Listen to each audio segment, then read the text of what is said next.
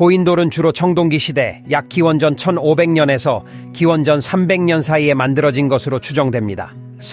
한국에서는 약 기원전 2000년경에 처음 등장한 것으로 보입니다. 고인돌의 기원에 대해서는 여러 가지 이론이 있지만 주로 당시 사회의 지배층이나 귀족의 무덤으로 사용된 것으로 여겨집니다. 이는 고인돌 주변에서 발견된 유물들, 예를 들어 청동기와 토기, 그리고 매장된 시신을 통해 확인할 수 있습니다. 고인돌은 단순한 무덤을 넘어 제사 장소로도 사용되었을 가능성이 있습니다.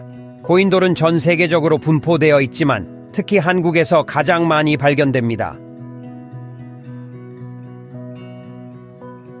한국의 고인돌은 크게 북방식, 남방식, 개석식으로 구분됩니다. 북방식은 큰 돌을 세워서 그 위에 넓고 평평한 돌을 올려놓은 형태입니다.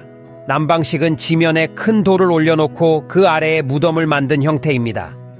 개석식은 남방식과 유사하지만 덮개돌이 더욱 평평한 형태로 지면에 큰 덮개돌을 올려놓고 그 아래에 무덤을 만든 것입니다. 이러한 다양한 형태는 지역과 시대에 따라 조금씩 다르게 나타납니다. 고인돌을 만드는 데 사용된 돌은 주로 현지에서 채취된 거석입니다. 이를 이동시키고 세우는 데는 상당한 노동력과 기술이 필요했을 것으로 추정됩니다. 당시 사람들은 나무 롤러와 지렛대, 경사로 등을 이용해 거대한 돌을 이동시키고 세웠을 것으로 보입니다. 이러한 기술은 당시 사람들의 지혜와 협동심을 보여주는 중요한 증거입니다. 고인돌의 제작 과정은 단순히 돌을 쌓는 것이 아니라 사회적 협력과 기술적 발전을 필요로 했습니다. 고인돌은 주로 지배층이나 귀족의 무덤으로 사용되었습니다. 이는 고인돌 주변에서 발견된 유물들, 예를 들어 청동기와 토기, 그리고 매장된 시신을 통해 확인할 수 있습니다. 무덤 외에도 제사 장소로 사용되었을 가능성도 있습니다. 고인돌은 당시 사회의 권력 구조와 계층을 나타내는 중요한 상징물이었습니다.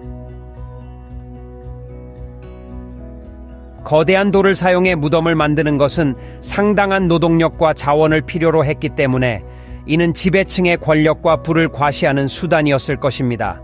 고인돌은 한국을 비롯한 여러 나라에서 중요한 문화재로 지정되어 보호되고 있습니다. 한국의 경우 강화도, 화순, 고창 등의 고인돌 유적지가 유네스코 세계문화유산으로 등재되어 있습니다. 이러한 유적지는 선사시대의 생활과 문화를 이해하는 데 중요한 자료를 제공합니다. 고고학자들은 고인돌을 통해 당시 사람들의 생활 방식, 사회 구조, 종교적 신념 등을 연구하고 있습니다. 또한 고인돌 유적지를 보존하고 관광 자원으로 활용하기 위한 다양한 활동이 이루어지고 있습니다.